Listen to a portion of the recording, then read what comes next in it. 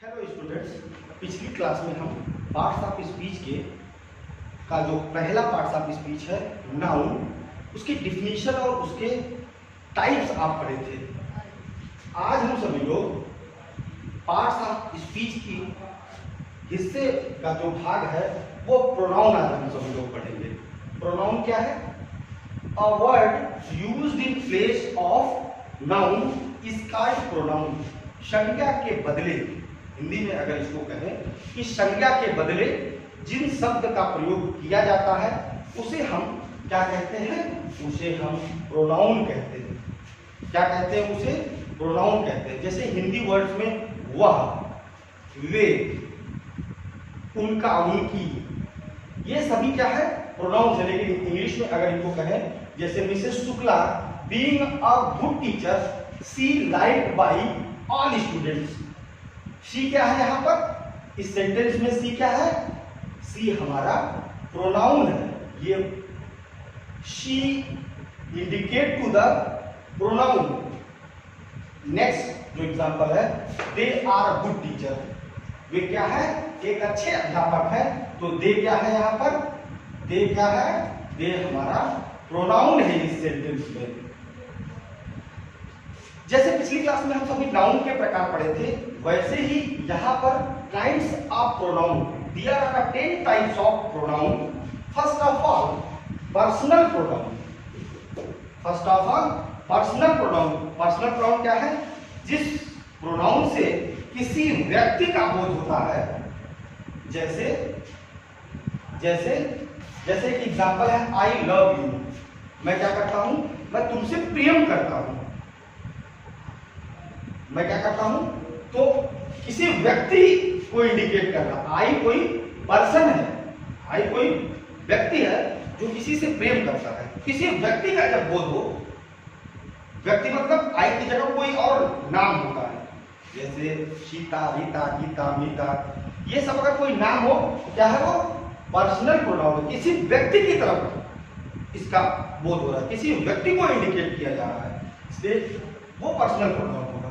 दूसरा जो है वो इंट्रोगेटिव प्रोनाउन है। इंट्रोगेटिव प्रोनाउन क्या है? जिस प्रोनाउन का प्रयोग किसी व्यक्ति, वस्तु के संबंध में प्रश्न पूछने का, आस्क द क्वेश्चन, प्रश्न पूछने का काम हो, उसे हम इंट्रोगेटिव प्रोनाउन कहते हैं। तीसरा जो है रिलेटिव प्रोनाउन। रिलेटिव प्रोनाउन क्या करता है? दो प्रोनाउंस के बीच में रिलेशन को डिस्क्राइब करता है। अगला जो है डिमॉन्स्ट्रेटिव प्रोनाउन। डिमॉन्स्ट्रेटिव प्रोनाउन जो है वह क्या है? जो प्रोनाउन किसी व्यक्ति अथवा वस्तु की ओर संकेत करे। जैसे दिस इज अ पेन। ये इंडिकेट कर रहा है कि क्या है? यह क्या है? एक पेन है। तो दिस क्या है यहाँ पर? डिमॉन्स्ट्रेटिव प्रोनाउन है। नेक्स्ट जो है वो क्या है? नेक्स्ट जो है डिस्ट्रीब्यूटिव प्रोनाउन। डिस्ट्रीब्यूटिव प्रोनाउन जो है वह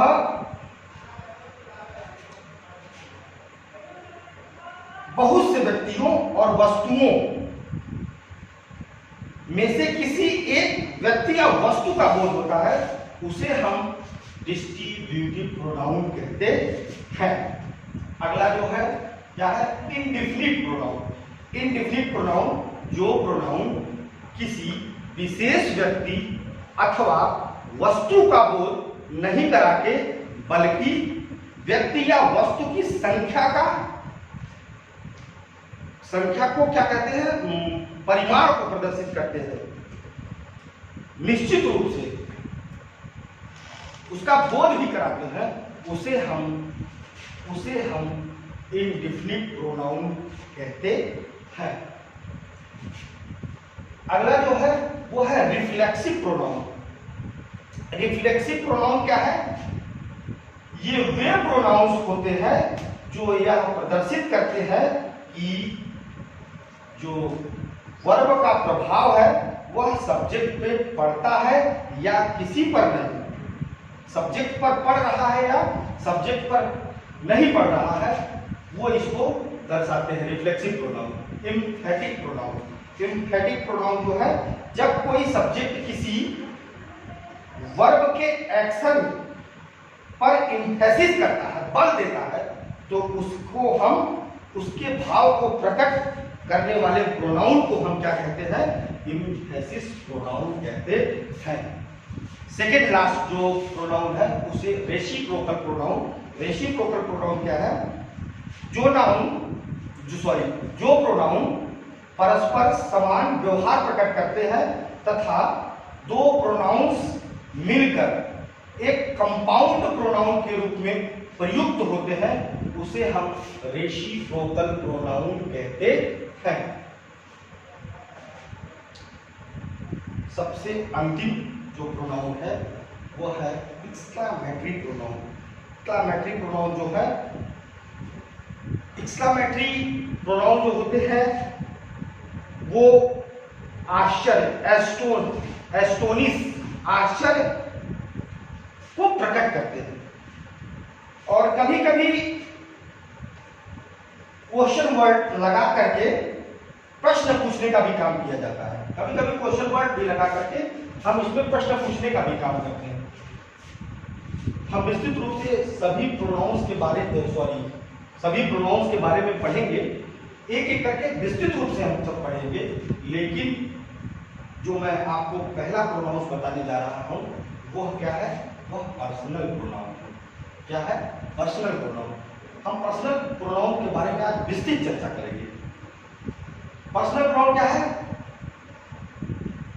पर्सनल प्रोनाउंस आपको मैं बताया था, अभी बताया हूं कि जिस प्रोनाउन से किसी व्यक्ति का बोध होता है उसे हम पर्सनल प्रोनाउन कहते हैं।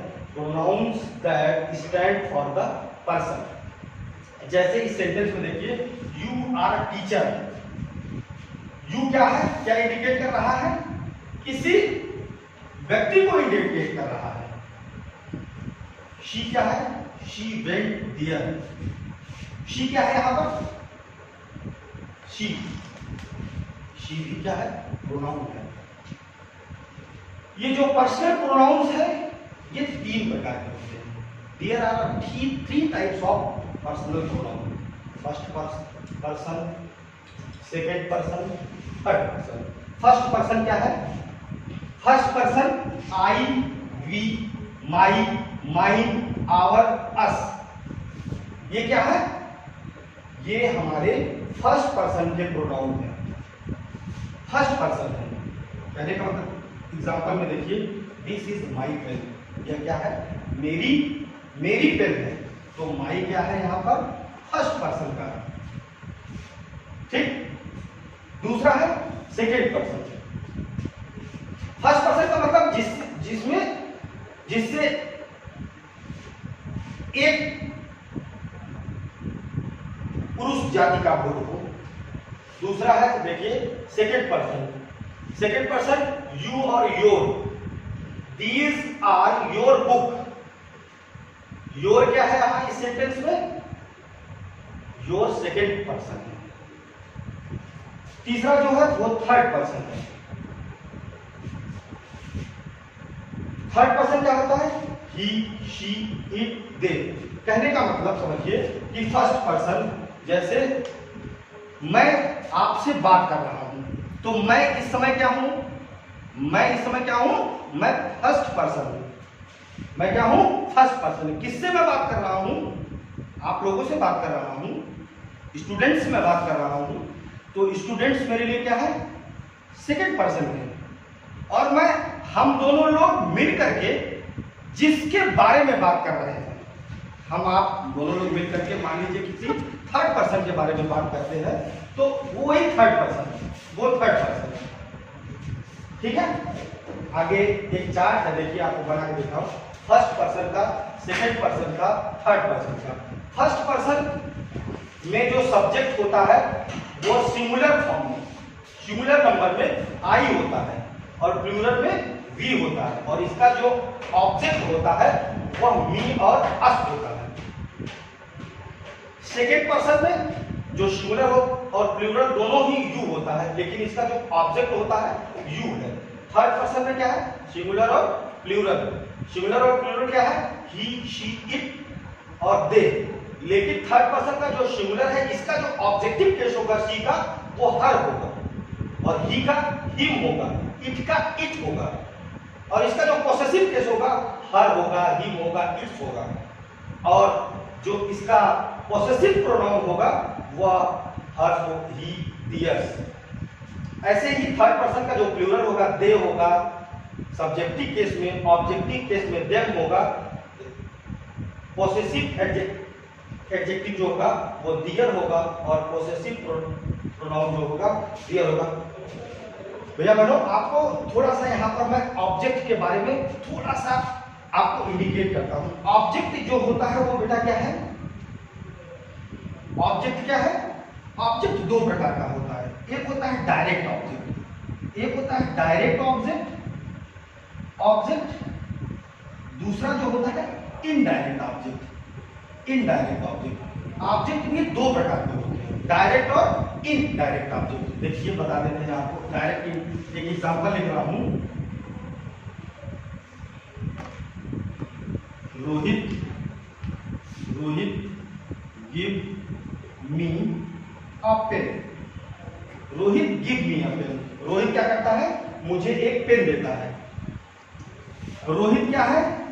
सब्जेक्ट है, गिव क्या है? वर्ब है, मी क्या है? ऑब्जेक्ट है, ए क्या है? पेन क्या है? ये भी ऑब्जेक्ट है। लेकिन अभी आपको हमने बताया कि ऑब्जेक्ट दो प्रकार का होता है, और एक डायरेक्ट होता है, दूसरा इनडायरेक्ट ऑब्जेक्ट होता है। अब इसमें आइडेंटिफाई कैसे करेंगे कि डायरेक्ट ऑब्जेक्ट कौन है, इनडायरेक्ट ऑब्जेक्ट क्या है? देखिए, लिविंग थिंग्स जो होती है, लिविंग थिंग्स जो होती है वो क्या होती है? वो हमारी इनडायरेक्ट ऑब्जेक्ट होती है, और नॉन लिविंग थिंग्स जो होती है वो हमारी डायरेक्ट ऑब्जेक्ट होती है। लेकिन एक बात और आपको भैया मैं बता देना चाहते हैं कि अगर मान लीजिए किसी सेंटेंस में, जैसे मोहन किल्ड अ स्नेक, अगर मान लीजिए कि सेंटेंस में एक और केवल एक ऑब्जेक्ट हो, only one object, we are used to one and one object in one sentence, they are also called direct object। कहने का मतलब कि यदि किसी सेंटेंस में एक ऑब्जेक्ट होता है तो वह डायरेक्ट ऑब्जेक्ट होगी। उसमें ये क्लियरिफिकेशन नहीं करेंगे ये लिविंग है या नॉन लिविंग है। ठीक है, बात समझ में आई? नहीं समझ में आई तो फिर से आप पूछ सकते हैं। आगे चलते हैं। पॉसेसिव एडजेक्टिव की बात अगर हम करें, ये आपको एक एक चीजें क्लियर होनी चाहिए। नहीं हो रही है तो आप फिर से हमसे इसको दोबारा आप पूछ सकते हैं, दोबारा पढ़ सकते हैं। पॉसेसिव एडजेक्टिव क्या है? यहां देखिए एक सेंटेंस लिखा है पॉसेसिव एडजेक्टिव का, एक मैंने sentence, this is a my pen. My possessive adjective मी है, आवर है, योर है, हर है, हिम है, इट्स है, दियर है। और पॉसेसिव एडजेक्टिव जो होता है वह किसी भी नाउन से पहले होता है। ये बात हमें बहुत ध्यान से समझनी चाहिए कि जो पॉसेसिव एडजेक्टिव है वह उसका यूज कहाँ होता है? वह किसी भी नाउन से पहले होता है। यहां भी देखिए, that is our school. School क्या है? नाउन है। बुक क्या है? नाउन है। तो माई, आवर, आवर्स, इन तीनों का प्रयोग जो देखिए क्रमशः हुआ है, ये देखिए, ये जो तीनों का प्रयोग क्रमशः हुआ है वह किसी नाउन से पहले हुआ है। कहने का मतलब अगर इसको सामान्य रूप से कहा जाए कि पॉसेसिव एडजेक्टिव का प्रयोग सदैव, always used to before noun. Possessive adjective का सदैव प्रयोग हम किसी नाउन से पहले करते हैं। That's all. आगे चलते हैं पॉसेसिव प्रोनाउन का। पॉसेसिव प्रोनाउन की अगर हम बात करें तो एक सेंटेंस लिखा है, दिस पेन इज माइन। यह पेन जो है किसकी है? मेरी है। That school is ours. These books are your. देखिए ये जो पोसेसिव प्रोनाउन है, पोसेसिव प्रोनाउन देखिए माइन, आवर, आवर्स, ये सभी का प्रयोग किसके बाद हुआ है? किसके बाद हुआ है? नाउन के बाद हुआ है। देखिए दिस पेन क्या है? नाउन है। स्कूल क्या है? नाउन है। बुक क्या है? नाउन है। कहने का मतलब कि पोसेसिव प्रोनाउन का जो प्रयोग होता है वो क्या होता है? क्या होता है? नाउन के बाद होता है। कह सकते हैं हम possessive pronoun is always used after noun and possessive adjectives are always used before noun. That's all. आगे हम सभी लोग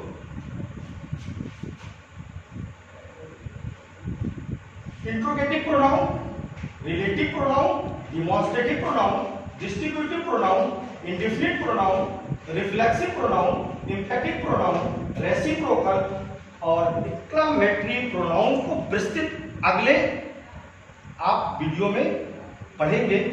That's all.